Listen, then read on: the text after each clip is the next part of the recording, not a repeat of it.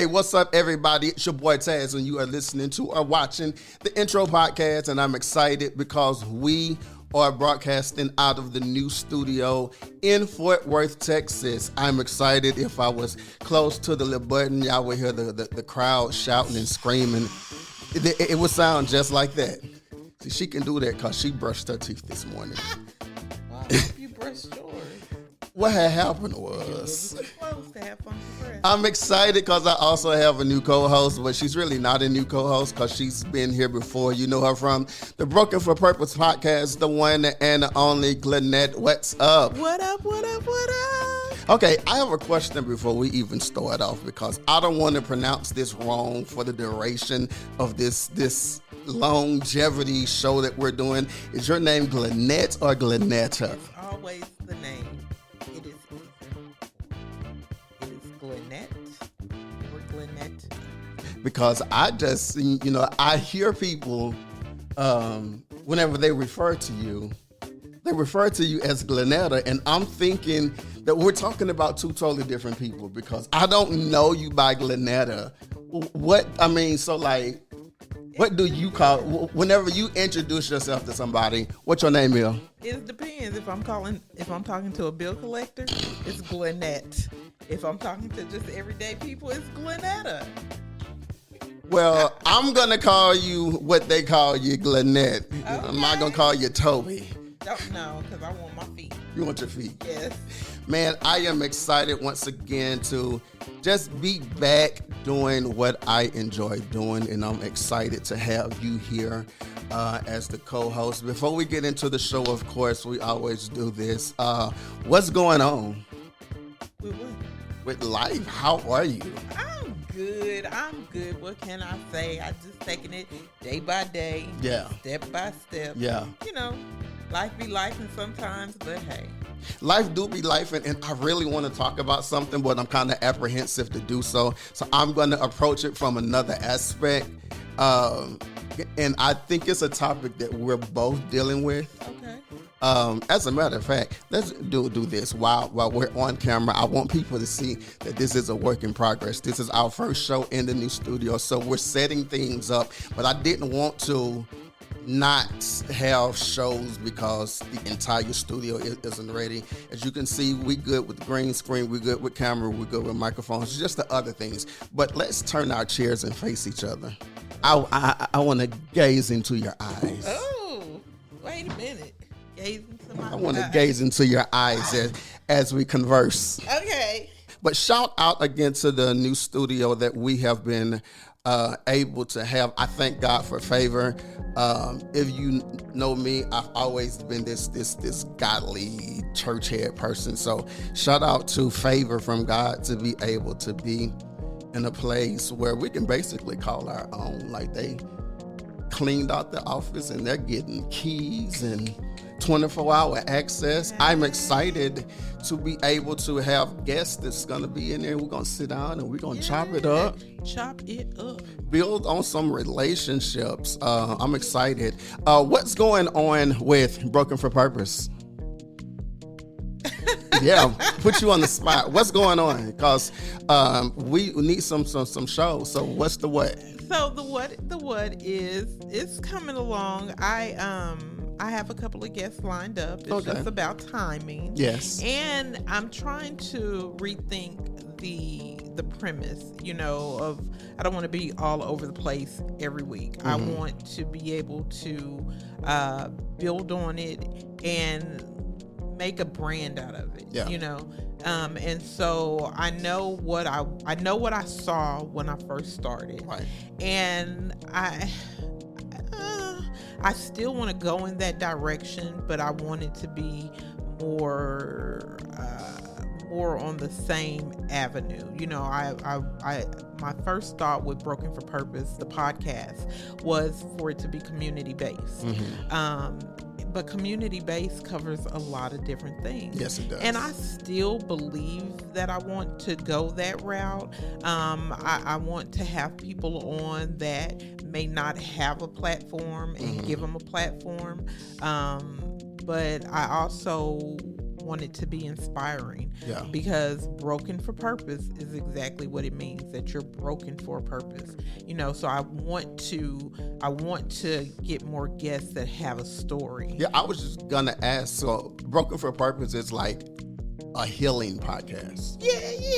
Yeah. Or help you on the road to healing. Yeah. Because I personally think that healing is a journey. Yes. And it doesn't stop. Which was you like jumping into all of my questions, because then I was gonna ask, do you think there's ever a point in time? Because I was on X last night, Twitter, not the other X. I was on Twitter last night. And there was, I think his name, Music City on X. He was saying that he don't believe necessarily that you will reach complete healing, so it's okay to get out and date or get out to know people, not based on being 100% healed. Do you believe that there's a point in time where a person will reach that peak and say, I'm completely healed? So I believe that there are so many different things that we need healing from. Yeah. That I may reach complete healing in one area, but not necessarily in all areas. Right. So say I have trust issues. Okay. And God has healed me of those trust issues. Okay.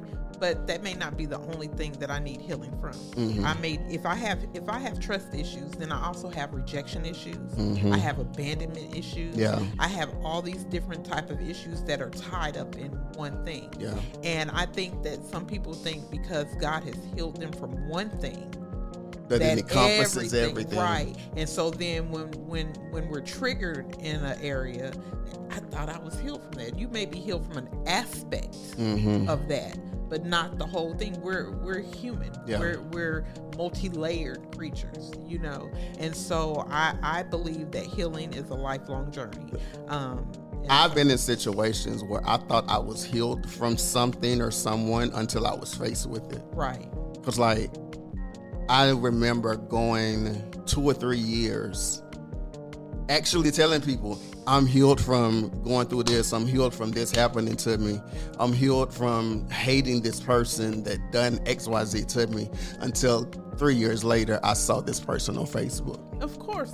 And I'm a firm believer in, I remember Pastor said that Pastor Sherman C.G. Allen, Christ Cathedral Church in Fort Worth, come see us. That part. But he made a statement once, and he said that a lot of times we think we're healed when what we've done is repressed it. And just because you repressed it, that's just pushing things down. And sooner or later, though, it's gonna bubble up. Yeah. And I think that a lot of times that when we remove ourselves from situations, we think we're healed. But it's not that we're healed. It's that we're not dealing with it. We're not dealing with our issues. And so if I'm not dealing with it, I'm not around it, I don't see it every day, then I think, I'm healed. But no, it's just not in my atmosphere, so I never have to deal with it. So it's like you putting a Band-Aid on a bullet wound. Well, yeah. You'll think it's covered up until it get to the point to where it get infected or it just start bleeding all over the place. And that's what scabs do. Yeah. And a lot of times it heals on the outside, but on the inside it's still a festering wound. Yeah. And so sometimes you have to pull that scab back so that infection can bleed out. Yeah. And that sometimes is just as bad as the first time you were injured. And I think that's why some people deserve an Academy Award, because on the outside, I can make it look like everything's okay. Right. I can say the right thing, wear the right thing. I can wear the shirts that say I'm powerful, black woman, and I'm a black man. But whenever I go home and I'm faced with the thing that I'm lying about being healed from, it punches me, because I know one of my insecurities before I decided to come back into podcasting live without just doing audio is the fact that I didn't want to come back on until Bell's palsy was over and I had complete use of my face, which is a good angle because they can't see. Because I didn't want to come back on knowing that the left side of my face still doesn't work. Right. So the insecurity was, well, anybody, number one, is anybody gonna even take me serious because I look like, what's the movie? A split face, half split. I can't think of the movie, but you talking about in Batman? yes. Yes. I know what you're talking Like, is anybody gonna take me serious because I don't look like what they're used to me looking like? Sat down with Bishop. First of all, I love the fact that as new as I am to the ministry, he don't have no cool. Like, he just gonna tell you what it is and you just gonna deal with it or whatever. Don't bother me no more. Well, he's never said that. But he was like, instead of you hiding the infirmity, if you believe that God is really gonna heal you, be you, let people see where you are now so that whenever God does what he does and people see you, my stomach growling, Jesus, people will only know that you were healed by God. But Right. if you don't let people see the infirmity, Right. they'll never ever know that God done anything for you. And I think that's how it is with people in general. If we don't allow people to see the mess sometimes, instead of just putting the glory report on Instagram. Of course. Like, people will never ever learn that there's a process, or those that are going through the same thing will never understand that, okay, it seems bad, it look bad, it feel bad, I want to give up.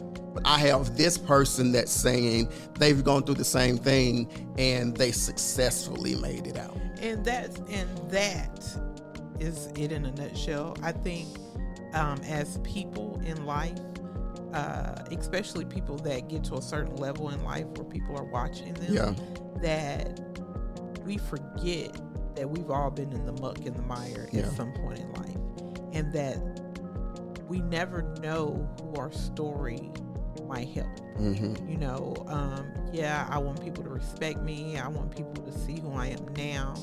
But there are people out there that are dying. Yeah.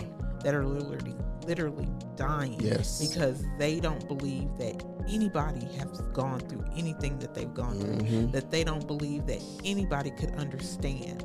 You know, and so because we're hiding, because we're ashamed, or we don't want anybody to judge us or not like us, you know, we don't tell our story. Now, I'm not saying that you have to just throw up the whole story, because everybody can't handle everything. Everybody can't handle your truth. But there are parts that you can tell that we're just like, oh, I don't want anybody to know that I did that or I was that person.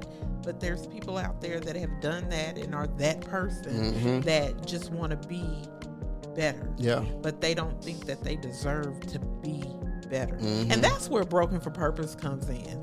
That part. Yeah. Because we have to understand that we are broken for a purpose. The things that we go through, they're not just for nothing. Yeah. They're not just for and giggles. Yeah. You know, there's somebody out there that you may be as close to God as they will ever get. Yeah. You may be as close to whatever that they may ever get. So they're watching you.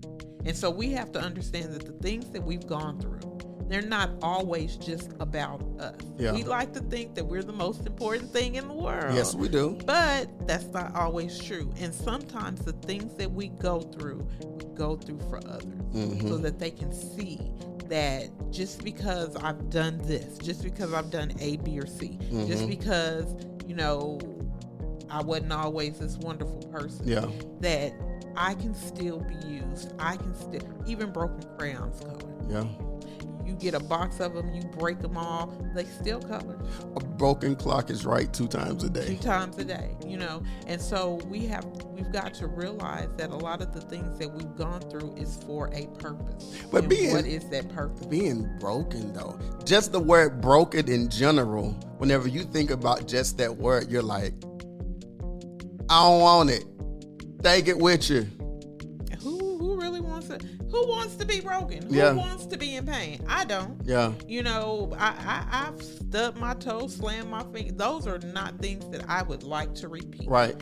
But there is this thing, and I think it's in Russia, that they will take broken pots, broken whatever, and they will infuse them with precious metals, iron, gold, silver, and you can still see the scarring of these of these pots or whatever. You can see where they were broken, but they're stronger now. Yeah. And there's beauty because of the metals that they've used. There's beauty in these things. You're like, oh my goodness. Yeah. You know, was it broken on purpose? Yeah. You know, so even in your brokenness, there's still beauty. God will still use you and beautify you. Yeah. You know, once maybe you break and you're trying to pick up those pieces and piece them together.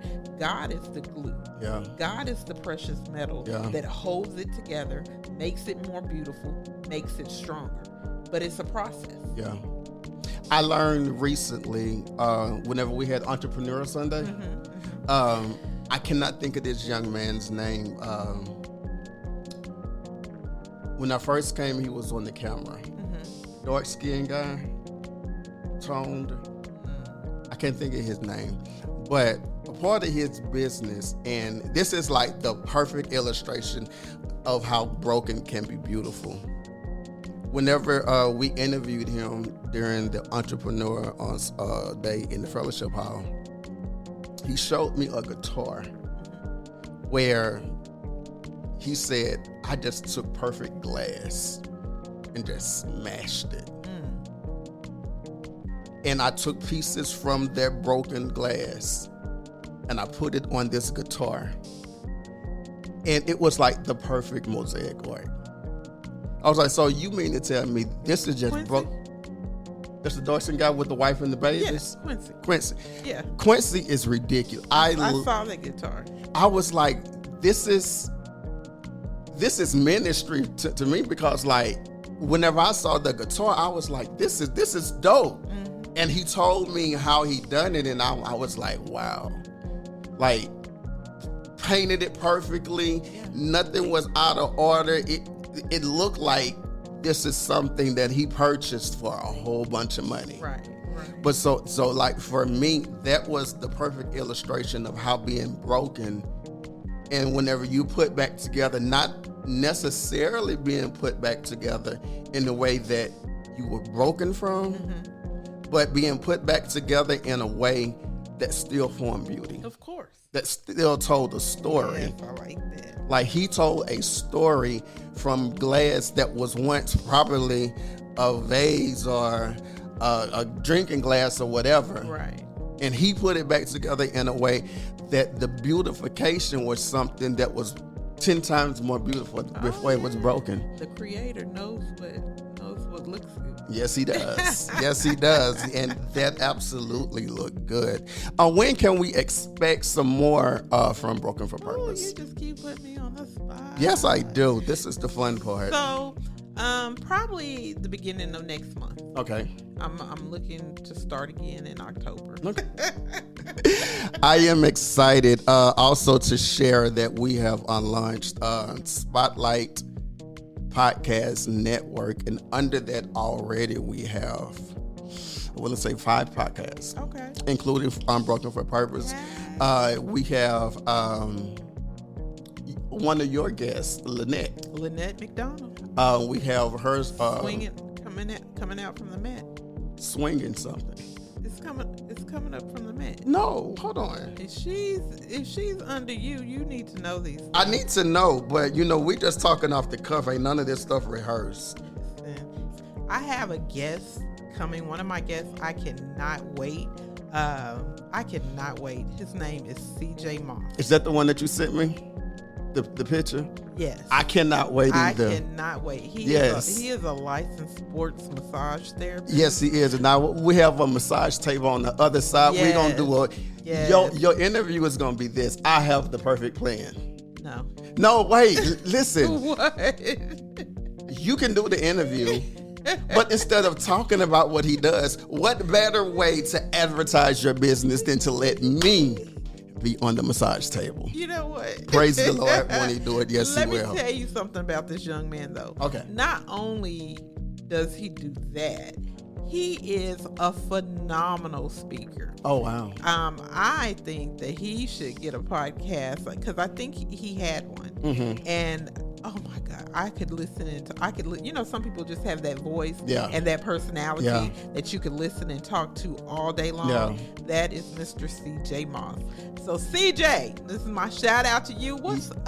That boy. Yes. I feel the same way about Colton. Blake. Oh my God. I love him. You remember when he was in the studio? He was in the studio. Yes. I loved it. He was actually one of the moderators this past weekend. Right. And When the Poets Pray. Which was a phenomenal hand claps to Nia. When Poets Pray, I called it the Saturday. Oh my God. Mm-hmm. Like the panel discussion was one level. But Pastor Ken. Yeah.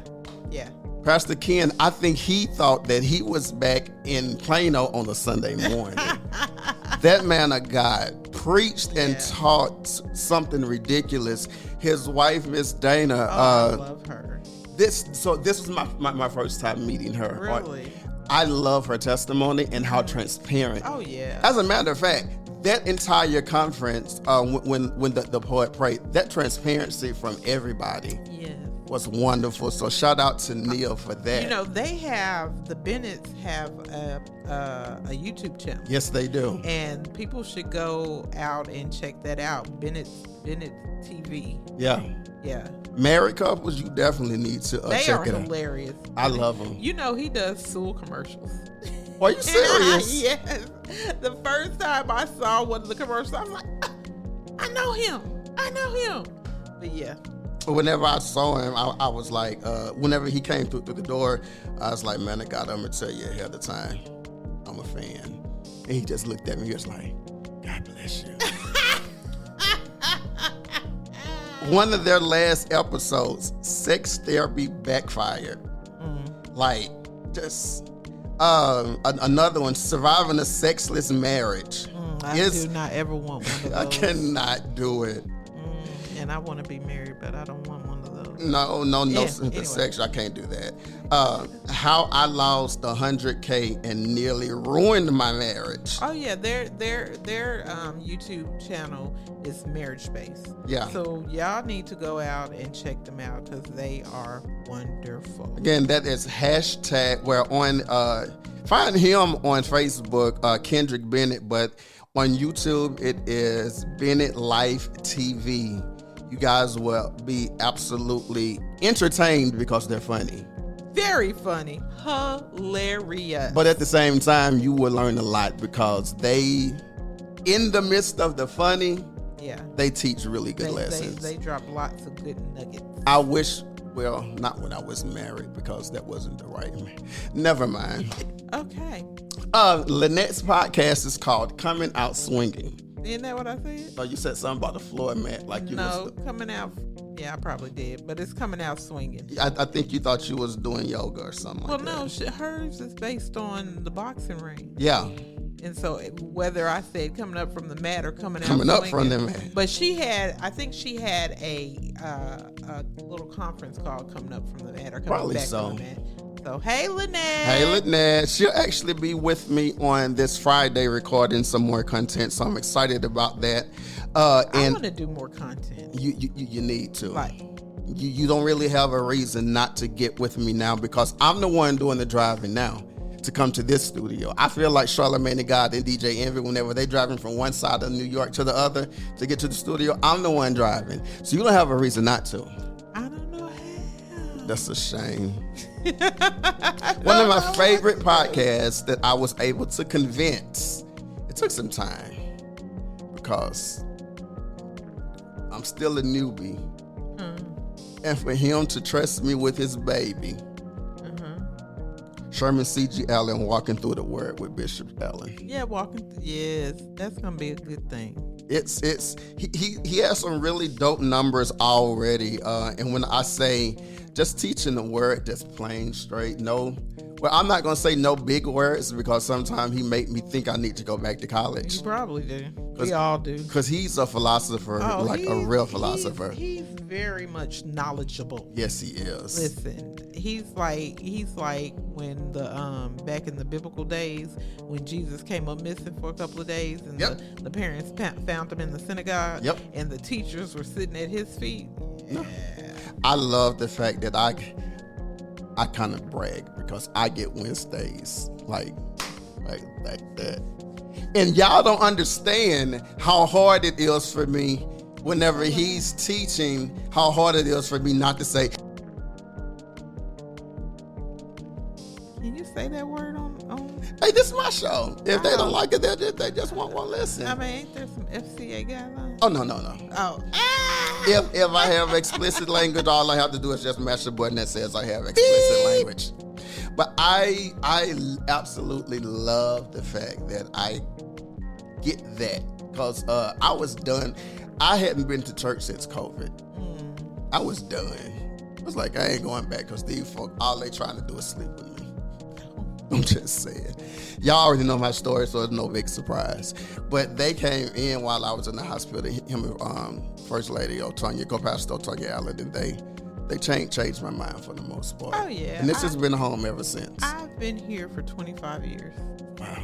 Yeah. I was a kid when I came. I was a feral kid. A who kid? A feral. Feral. Okay. Wild and out of control. Let's get into some good stories, some funny stories, something that I still don't understand what's going on. But I've been waiting to talk about this presidential election for a couple of weeks, months, or whatever. How do you feel about, from a female point of view, of everything that's going on? As far as? The whole, just, the policies. Okay, I know that recently Donald Trump came forth and he was like, he would be the perfect president when it came down to women's reproductive, or all that. But at the same time, he's also the president that was excited to overturn Roe versus Wade. Isn't he the one that overturned it? Yes. Yeah. So for him to come back now and say, I'm the perfect president for you, woman. As a woman, how does that make you feel? It actually makes me feel no kind of way. Here's the thing. I am not political. Okay. I do my due diligence. I go out and I vote. Mm-hmm. I understand that the presidency, the person that is the president, doesn't necessarily have the power. Correct. Now, Donald Trump, in my opinion, was a bully. Yes. And so when he was in office, he did a lot of things because who's gonna check me, boo? That part. Right? When I have dirt on you, who's gonna check me? Mm-hmm. So I believe that he has dirt on so many people that while he's the president, he will basically do what he wants to do. Yeah. Now, for a normal person to be in presidency, just like when the Obamas were in office, and people were like, well, they didn't do this, they didn't do that. Okay, but he's not necessarily the one that has the power. I just had this conversation with somebody. And so that's why you don't just vote during the presidential elections. You have to vote during all elections. Yes. You have to vote for the judges that you want in office. You have to vote for Congress, for Senate, because that's where the power is. Yes. That's where bills are passed. Yes. The president can make an executive decision and sign a law into order, but Congress and the Senate can veto all that and snatch all that power back. Which is what I think a lot of stuff that happened with Obama. I think a lot of stuff that he wanted to get done just didn't pass. And not only that is, I can make all kind of promises. And in my heart, I believe in what I'm saying. Mm-hmm. I believe it. Look, I want to help you. I want to do this, that, or the other. And then when I get to where I'm getting, there are so many people that I have to make happy in order to keep whatever little power that I have to be able to help in any little way that I can. Yeah. And so what I have promised you may not necessarily happen. True. Because listen, I thought it was gonna be easier. It's not that easy. So I just, when it comes to the presidential election, I really, I believe that he shouldn't be in office. I definitely believe that. Just because of the things that have happened since he got in office in the first place. As far as Kamala, people are like, her policies change. She flip-flops. She's not this. She's not that. I believe that as we grow and mature, our minds do change. They do. I've never really, like I said, I'm not political, so I've never really just gone in depth, because I believe that whatever's going to happen is going to happen. And I'm the middleman. I'm at the low totem pole, so I'm just going to have to learn to deal with it. I have no power. There's nothing that I can do except go vote to eradicate change. All I can do is make a change in my own little small community. That's all that I can do. That's my personal belief. So am I going to vote for her? I am too. She's a black woman, so of course I'm going to vote that for boy. her.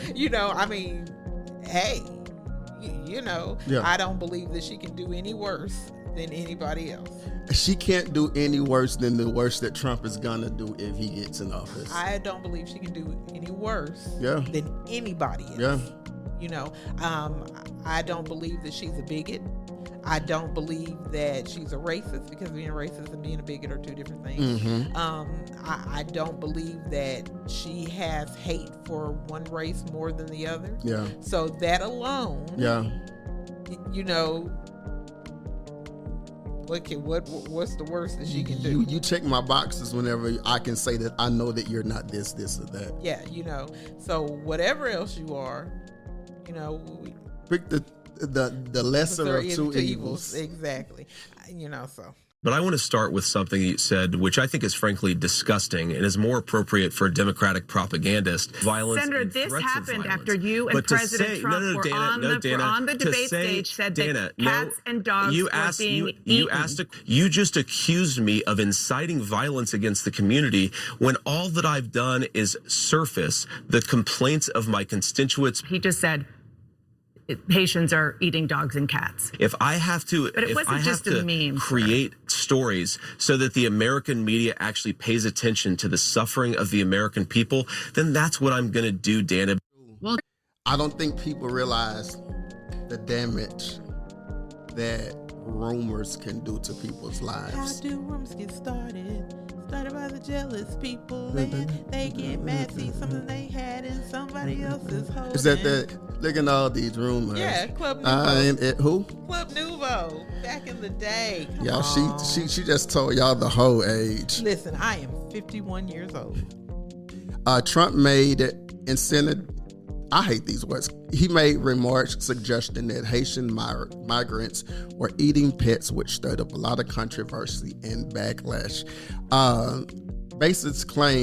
Trump claimed that immigrants, specifically Haitian migrants, were eating dogs, cats, and wild geese, which became these claims have been widely debunked as baseless and misleading.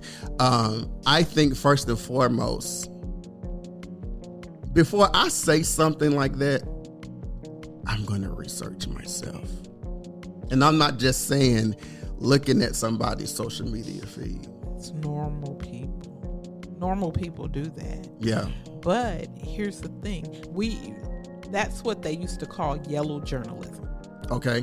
So yellow journalism back in the day meant that you would say things to get a reaction. Okay. So you sold more newspapers, you sold more reading material. And so that's all. When it comes to stuff like that, there's a method to his madness, in my personal opinion. Opinions are like buttholes. Everybody has one. So in my personal opinion, I'm sorry, go ahead. There's a method to his madness.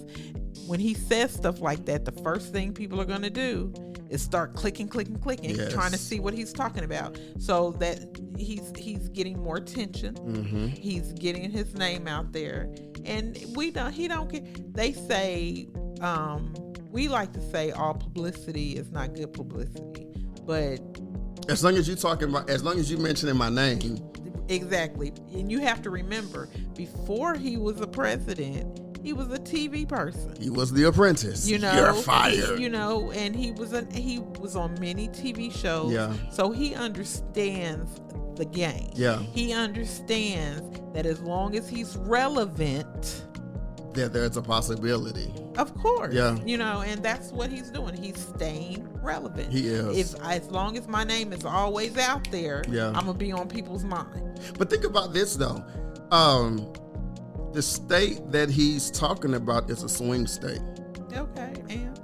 Which means if you're making my state look bad, because even the senator, governor, the state heads have already come out and said everything Trump's saying is completely false. Okay. Even from I was listening to the readout where they made a statement. I don't know if it was recently or a little while ago, but they were saying that because so many Haitians, I want to say like 15,000, a roundabout number, was there, that the health cases, as opposed to HIV and all of these other health cases or health issues, because the Haitians were there now, that the health was more endangered, and the health officials there basically came out and said, no, this is the healthiest we've been since about 2016.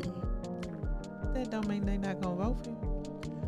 I think that there's a possibility that because there's so many Haitians in that area, and then you have to think about it whenever you're talking about Haitians, you may just be talking about this one particular city or state, but whenever you talk about Haitians, you're talking about a community of people who are registered to vote.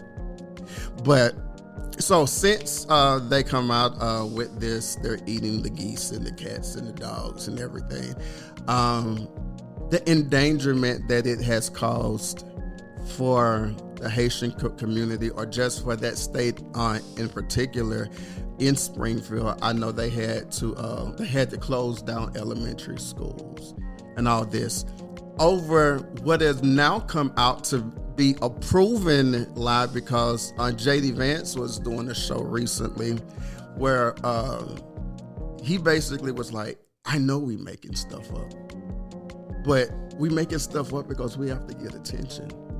And they can get away with it. But do you not realize you're making stuff up and you putting babies' lives in danger? But the thing about it is they don't care. Pretty much, they don't. And here's my issue on that. You're talking about the same man that when he first got elected, it was a lot of racism. Yes. And we've always known there's been racism, but it became completely apparent, like you can see it. Right. Yeah. And that's because of the things that he said. Yeah. And so why do you think this would be any different? Now, cats and dogs, okay, whether they're eating them or not, communities have done that for years. You know what I'm saying? You had that. They said it about the Asian community. Yeah. When they had the Olympics in Korea, they were telling people don't take your dogs down there because they're going to eat them. Yeah. We don't know. At all. We're not there. Yeah. You know what I'm saying? As far as eating the geese, that's a duck. I eat duck. I haven't had duck yet. I've had turkey and duck together. So, I mean, I need you to put it on your grill, whenever you be barbecuing at the house and you be putting videos. No, because y'all not going to embarrass me. What's the embarrassment? Because I can't grill. That's true. That is true. We're not going to do that. We're going to go on to the next point. Because you're trying to be funny. I'm not. I just wanted I want to taste some duck for the first time. Well, Thanksgiving is coming. I'm pretty sure somebody's cooking duck. We have to find somebody to cook it. You can't cook it at all? I don't know. I can't cook a duck. I can eat it. Gosh darn it. Well, it's the other dark meat. I promise y'all, y'all just have to know Lynette to know Lynette. She's a whole bunch of stuff. And it's all good. Thank you very much. She's a Christian. I am Christ-like. I'm a Christian. I can't stand you. But in the meantime, in between time, I just wanted to talk about that because I think that we have to be careful of what we say. Like you said before, how whenever you're running for office, you make promises to people because you believe that if you can make this promise and you can convince the person to believe that they'll vote. The same way with these rumors. If you can convince people that somebody is wrong, not understanding the damage that it does to people that have absolutely nothing to do with it. Because I'm pretty sure the schools that were shut down was not 100% Haitian. But do you think they care? Of course they don't. So then that means that you're just preaching the air. Well, the air is going to hear me. Let's go. So I'm a reader. Yes. And I love to read. And I love new words because, it makes me feel intelligent. Of course. And maybe I want to cuss people out with proper words or biblical words. I hope your crops wither and die. She said, I'm just kidding. I'm going to use that one on somebody today. I'm just kidding. But no, she's really not, but really not. But I don't think that I'm super proper or use big words. I really don't. I just like to read. I'm very well read. When I was a kid, as most people know, I was raised in foster care, and I had a hard time in school. Not the learning part, but the social part. Yeah. The being around other kids. I had social anxiety. I could not walk down the hallway. I couldn't go to classes. I couldn't talk in front of people. It was horrible. And I would skip school and go to the library and read all day. Wow. And then come back to school, get on the bus, and go wherever it is I was going. So, when people say that, I just try and be the best that I can be. But I think, so like for me, I used to feel a certain type of way whenever I would meet somebody and they'd be like, why are you acting white? Nigga, I'm not acting white. I just have a little education. I just actually went to school and learned something. It's not me acting a certain kind of way. I didn't go to school. She didn't say that. She said she didn't go to school this morning. No, I didn't. I have an 8th grade education. Everything else is self-taught. For real? All right, so how did, right now in 2024, how does it feel? How do you feel knowing that wherever you are in your success is not necessarily because of going to a full 12 year? So honestly, a lot of my closest friends have college degrees. Okay. And I'm talking about past the associate. And sometimes, I'm not even gonna lie, sometimes I feel some kind of way because I'm like, I'm the dumbest person in my circle. Wow. I mean, you asked me how I felt. Yeah. And that's how I feel.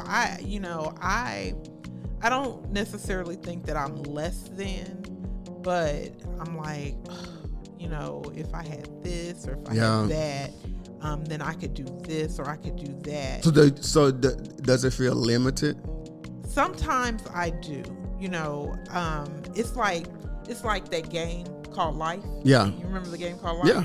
And sometimes I feel like I took the long way around, and at this point in my life, people are like, well, you can go to school, people go to school, but I have like not one college credit. Yeah.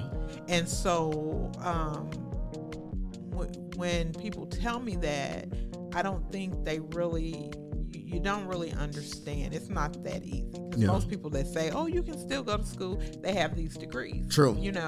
And I think that in taking the long way around in life, it educated me in life, which is, you can't count that out. Yeah. But the world don't care about your life education. You know, it doesn't care that I have all these skills, the skill set that I learned hands-on. They want the paper behind it. Doesn't matter if you know it. If you don't have a paper, you don't know it. Right. I could probably do the same. I can do the same job as somebody that has a master's degree in something. And I can do it better than them. In some cases, probably. Yeah. But because I don't have that written education, then it limits me from being able to move forward. Yeah. You know, and then there are certain things that I don't want to do. Like I work in the medical field. I don't want to be a nurse. You know, I would love to, and I work in the emergency room, and I love smoozing with the patient. You know, if I could smooze with the patients and get paid, done deal. You know, I love talking to people. That's my thing. Yeah. I love talking to people, but not like, I don't like the spotlight on me all the time. Oh, wow. I mean, you know, with people staring, I don't know if you've ever had social anxiety.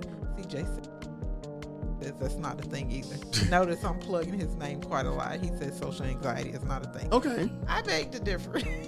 I beg to differ But too. we'll talk about that when he comes on. Yes. But I have a fear of getting up in front of people and talking. That's why I don't do it often. Yeah. I love to put things together and let other people talk. Yeah. But, you know, it gives me the itchies. Okay. You know, the underarms itch, your head start itching, everything start itching. I get nervous. Okay. I hope you put on deodorant. I had to check. I think I'm good for about 20 minutes. But now, give me something that I know, like, you know, I can get up and talk about it if I'm very, very, very knowledgeable in it. Yeah. But crowds make me nervous, which makes my memory short out. Yeah. Understand. Yeah. Yeah. This I can do all day because it's not 100 people sitting in front of us looking at me. You start, what you say, yet? Yeah. You gonna do this in front of a live audience? Oh, when we get the live audience, it's gonna be all the way up. That's not a podcast, then. That's a talk show. What you think I'm trying to do? I ain't trying to just. I'll be a host. So I want to do a little segment, not now, but you know, book reviews, movie reviews, Yes. music reviews. Yes. I'm excited about that. So it'll be your segment in the next show. So get ready. Yes, because I got this author that I want to talk about. Her books be banging. What kind of books do you read? Okay. So, my favorite kind of book is paranormal romance. Wait a minute. That's my dirty little secret. Paranormal romance. I've been reading that since I was 13. Oh my God! Now he's looking it up, trying to see what it is. I have to see because I've never heard of this term before. It's a whole movement. It's a whole group of people out there. According to Wikipedia, paranormal romance is a genre of both romantic fiction and speculative fiction. Paranormal romance focuses on romantic love that includes elements beyond the range of specific explanation from the speculation fiction genre of fantasy, fiction, and horror. This is too much. Let me tell you what paranormal romance is. I'm better than Wikipedia. So paranormal romances are two different genres. Okay, you have your romance. Because I'm a closet romantic. I believe in love. Okay. Then you have your paranormal, which is horror, fantasy, goblins, ghosts, werewolves, vampires. Oh Lord. Yeah. So you put it together and you put it in a contemporary setting, which would be now. So I'll give you a prime example, and then we'll go on. Yeah. But I have one of my favorite authors. Her name is Nalini Singh. Okay. She's just one of my favorite authors, but she writes paranormal romance, and she has a couple of genres. She has what we call a psi changeling romance. So psi changeling is a hyphen right there in between. Psi is for the psychic, changeling is for shifters. You already lost me. So you have this world that's set in like 2080, and you have people that have psychic powers, telekinesis. They can set things on fire. They can move. They can talk to, telemetry. They can touch stuff and see the past or the future. You have people that just see the future. Okay. Different things. Then you have your shifters, bears, wolves, birds. They change into other things. Mm-hmm. Panthers. So you have your side changeling. The psychic people think that they're more important than the changeling. Then you have your humans, like right there in between. Yeah, it's really. This is a lot. Yeah. I'm going to have to study this definition. Listen, I'm a reader. I used to read horror. Stephen King, John Straw. Oh, yeah. But my imagination is way better than any movie. So I used to have nightmares, and Pastor was like, you need to stop reading that stuff. That part. Yeah. That's why I can't watch certain movies by myself. I'm excited to have done this first show on today. DFW time is almost 5 p.m. Just enough time for me to catch all the traffic. But we leave the show with final words. So my final words is simple. I am excited to be able to be back on the air. I'm excited to be in a situation where we have a studio that is set. I'm excited because with everything that I'm doing with the equipment or whatever, I had to invest in myself in order to reach certain goals or certain accomplishments that I wanted to reach. So my advice on today's show is sometimes instead of waiting for other people to invest in us because of what we believe is going to work, sometimes we have to invest in ourselves, because one thing I don't do now, I don't play about the podcast. I don't play about the microphones. I don't play about stuff because I know what I had to sacrifice financially to get this. So because I know what that sacrifice looks like, I treasure it more. So sometimes you have to forget about worrying about who else is going to support and just support yourself. Oh, those final words. Those final words. Okay, well, first of all, I just want to thank you for the opportunity to be your co-host. Absolutely. I want to thank you for the opportunity that you've always pushed me into this. So being back on the air is like surreal, but I'm very excited about it. I'm excited about merging our talents together and, just making something special happen. So DFW, watch out because we're coming. I'm excited about everything. But do me a favor, follow us on social media. You tell them your social media first. I'm on Facebook, Glennette Nelson. That's me. Instagram, author Glennette Nelson. Okay. I tell you what, if you just want to follow me, it's Glennette Nelson. Put that in there and it's just going to pop up. It's going to pop up. Of course, if you want to follow me on social media, it's I am Trevaine. I am TREVAYNE. Hopefully it's at the bottom of the screen, but if not, again, it's going to be in the description of the show. You want to follow the show, you can follow the Intro Podcast on all social media. And on YouTube, it is Spotlight Podcast Network.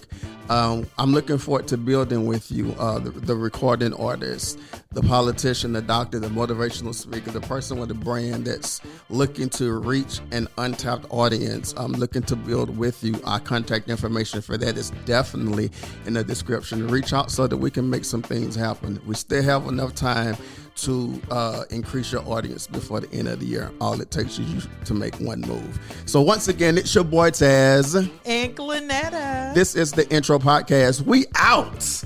Booyah. Oh, y'all, she did that. I was just gonna be like, I'll see y'all later. Well, I guess do it again. Booyah. I'll see y'all later. Love y'all. Holla at your boy. Shouts out to Bishop Sherman C.G. Allen, co-pastor Tonya Allen, and the Christ Cathedral Church. I hope y'all don't like the content. I love y'all.